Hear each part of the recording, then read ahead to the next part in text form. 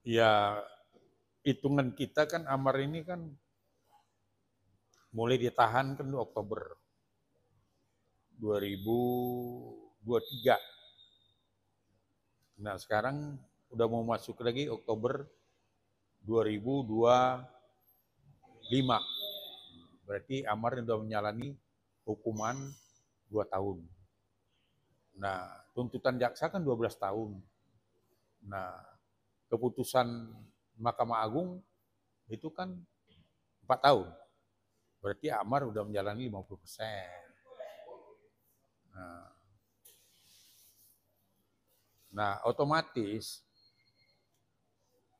berarti Amar ini kan sesuai dengan peraturan kemasyarakatan kan, Dirjen Kemasyarakatan kan, itu kan ada hak karena Amar ini udah napi ya, warga binaan, otomatis kan punya hak. Hak itu apa? Ya hak ya remisi, asimilasi, PB dan lain-lain. Nah, berarti kan kalau hitungan kita berarti kan ya Oktober ini kan udah bisa kita ajukan asimilasi, hak asimilasi kan, sepanjang Amar itu mematuhi SOP yang ada di lapas. Karena apa? Seorang warga binaan itu kan dapat memperoleh haknya dan wajib melaksanakan kewajibannya. Dalam hal itu yaitu tadi aturan-aturan yang ada itu jangan pernah ada dilanggar kan gitu. Kemudian dia harus menjalani pembinaan-pembinaan yang dilakukan oleh petugas lapas, ya kan?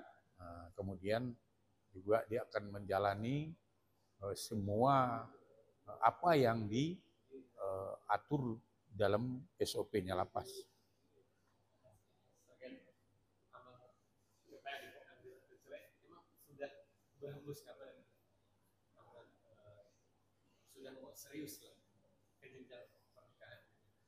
Ya, kenapa kan seperti kami bilang tadi, bahwa itu kan Amar itu kan mendapat hak, ya kan?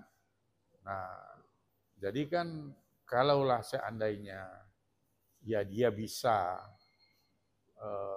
sesuai harapan kami, ya tentu kan ya kalau bisa dikabulkan asimilasinya, ya berarti dia akan keluar dari lapas dong.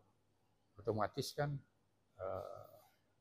yang selama ini kan yang pasti media tahu bahwa yang menangani kasus perceraian kan saya sebagai PH-nya.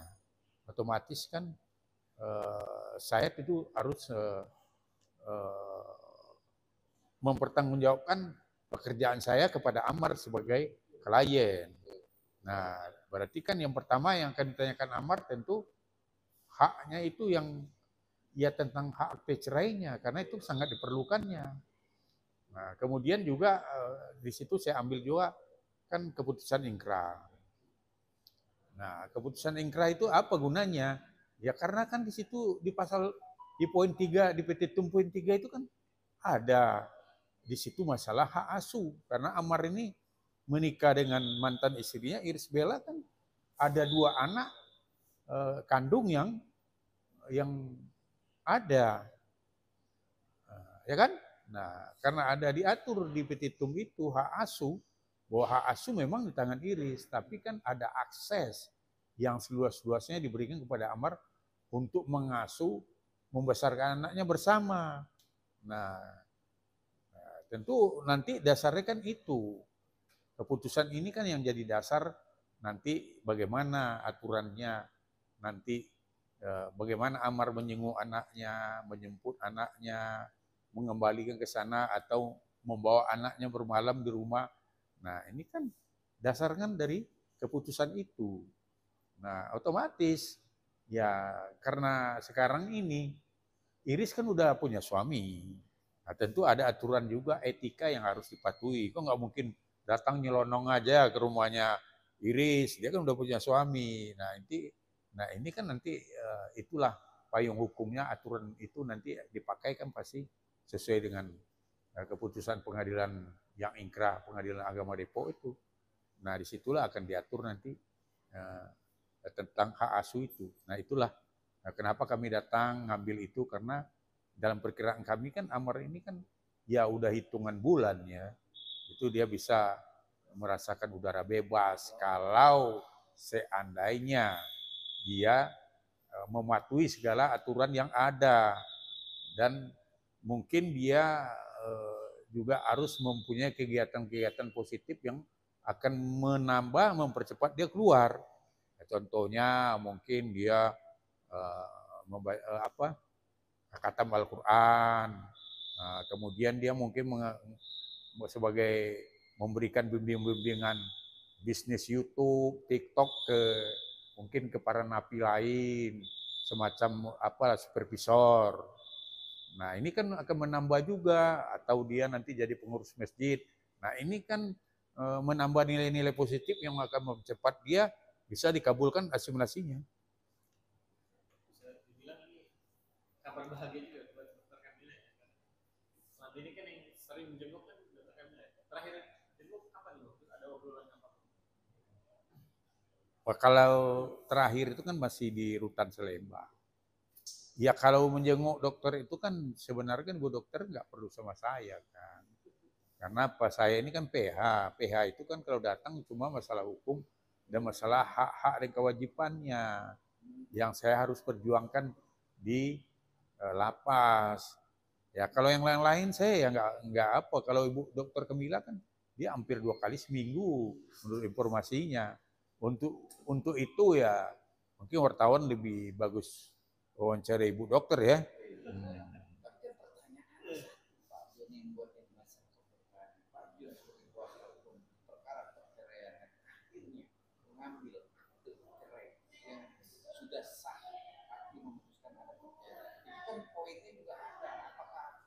Poin itu melangkah ke depan lebih dekat planning menikah lagi, dan itu pasti bisa membantu itu kan, ada kan? Ya kalau saya kan seperti saya bilang tadi, saya kan cuma kewajiban pertanggungjawaban dari seorang PH kepada kliennya. Apakah itu akan dipergunakan nanti apa tidak, ya kan itu kembali lagi kepada Amar. Nah kalau masalah jodoh, rezeki, pertemuan itu kan Allah yang ngatur. Nah, itu. Pertanyaan sekarang Pak Joni, kalau orang sudah mempunyai cerai, itu kekuatan untuk bisa menikah lagi kan sah-sah aja dan bisa dan gampang. Ya udah pasti. Ya kenapa diambil itu kan mungkin itulah gunanya nanti sama Amar bisa, apakah dia begitu keluar langsung menikah, ya kan bisa aja terjadi. Kan udah bilang jodoh, rezeki, pertemuan, maut, Allah yang ngatur, ya bisa aja. Atau mungkin di penjara dia sekarang dapat jodoh, bisa aja. Punya hak kok. Ya ada juga orang yang kawin di penjara. Di tahanan polisi juga ada yang kawin. Nggak ada masalah. Kan hak asasi itu kan. Itu nggak ada larangan itu. Cuma kan ya tidak boleh lah pula nanti tinggal berdua di situ. Pasti kan, ya tapi mengesahkan dulu. Mengesahkan dia menikah, ya boleh-boleh aja walaupun dia menjalani tahanan sekarang. Mungkin ada permohonan dia untuk menikah diadakan di penjara, atau mungkin dia nanti dikasih bon keluar, ya boleh. Dan sebagai kuasa hukum nanti suatu saat keinginan dia minta sebagai wali, siap juga nggak nih? Ya kalau saya kan ya masalah wali ya kita siap aja lah. Tapi kan ada yang lebih orang tua yang Pak Komjen Pol Anang Iskandar ya mau kok jadi walinya. Jadi beliau kan udah ngatain kalau memang Amar mau menikah ya mau jadi walinya katanya. Ya kan banyak orang mau jadi walinya. Itulah wali nggak harus saksi. Saksi juga nggak apa-apa, kita juga siap lah jadi saksi. Atau mungkin banyak, ya Amar ini kan artis besar, pastilah banyak orang-orang terkenal yang bisa dia pakai kan gitu. Cuma yang pertanyaan lebih tajam di media, apa sih Pak Jen yang membuat Pak Jen itu dia bukan berbohong yang membantu dengan tulus seorang Ahmad Doni sampai mengatakan siap sebagai saksi, wal apa gitu Pak Jen? Apa yang membuat Pak John tertarik atau mengikuti atau tertarik? Ya kalau saksi itu kan di segi agama kita sebagai orang Islam kan wajib apabila tidak ada saksi atau dipercayakan diminta sebagai saksi, ya kan wajib kita mengabulkan itu.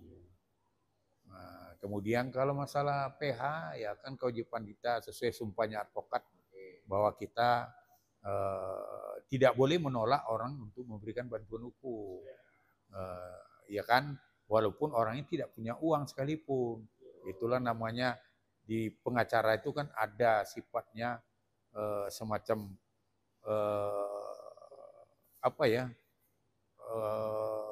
kesepakatan dan kode etik juga bahwa apabila seseorang membutuhkan kita dan kemudian memang dia tidak punya finansial, ya itu namanya pro bono.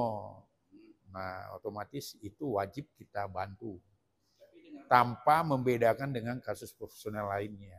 Dengan prosesnya Pak dia juga menyebut tadi tinggal nunggu bulan atau nunggu waktu dengan kebebasan seorang Amaryo ini dengan proses hukumnya dikatakan selesai.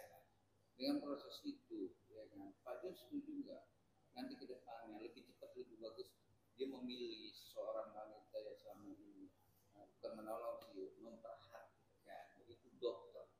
Kalau ini ya, Pak John sendiri gimana? Ya kalau itu kan privasi, saya kan nggak mungkin mengarahkan sesuatu itu ya sesuai dengan kehendak saya. Kalau saya ini kan semua mendoakan aja, iya kan? Bapak ini gitu, dia kan udah nggak ada bapak lah, bukan udah nggak ada kan, bisa panutan, sudah sebagai bapak atau anak sendiri, lalu kita juga suon lah, dan banyak suon itu menerima dengan cepat atau gimana? Iya pandangan saya kan yang terbaik untuk kamu, ya pasti kita ya baik untuk kita. Karena apa? Ya karena ini jodoh rezeki itu kan nggak bisa kita yang ngatur, maksudnya karena dia yang punya kan, yang akan menjalani kan amarnya. Nanti saya bilang, wah setuju ini gini, kalau dia nggak setuju. Tapi kan kalau kita lihat kan hubungannya kan memang ya pasti adalah hubungan yang dekat karena ya ibu dokter itu datangnya kan dalam seminggu 2 kali, ya kan?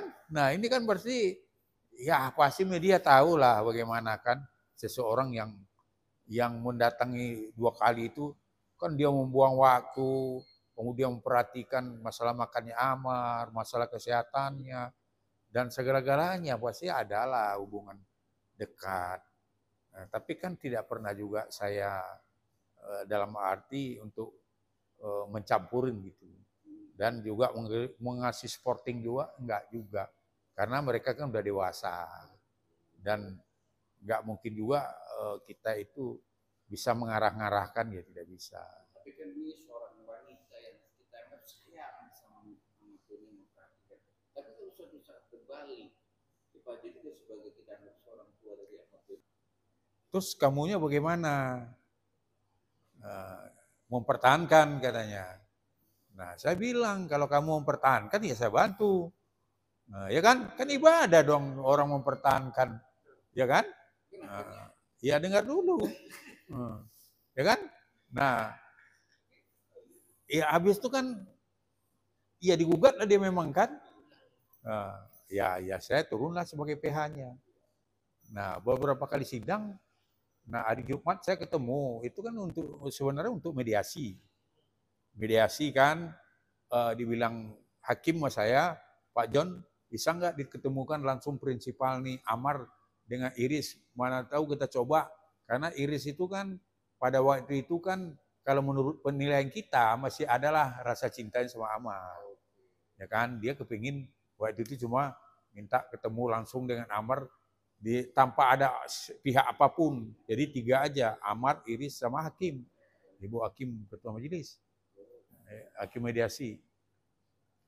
Nah, hari Jumat saya datang sama dia, kau siap-siap lamar. Nah, nanti datang. Sidangnya kalau nggak salah di hari Senin. Ya kan? Nah, hari Minggu, ya kan? saya dihubungi wartawan. Katanya Amar ditangkap. Wah, itu kan. Iya, aku bilang ditangkap masalah apa? Masalah narkoba katanya. Ah, masa mau ulang-ulang, gue bilang kan.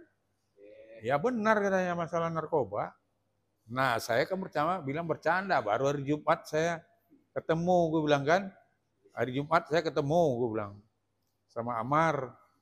Nggak ada, biasa-biasa aja, gue bilang kan. Nah, saya nggak masuk apa dulu lah. Saya kan lagi di Bandung, lagi di kebun saya itu. Ini cuma hoak doang perasaan saya kan. Nah, kemudian udah banyak yang nelpon saya. Terakhir polisi, penyidiknya. Nah, dia telepon, ini Pak John, iya. Saya penyidik Polres Jakarta Barat katanya. Nah, sekarang udah mengamankan dan menangkap Amar Joni katanya. Kasus apa Pak? Amar dan permintaan kami juga katanya. Karena selama 3 hari ini ada yang pengacara yang mendampingi dia, giliran mau pemeriksaan karena udah 3 hari ditahan, orangnya nggak ada lagi. Ya saya nggak sebut nama orangnya lah. Pasti media tahu lah ya.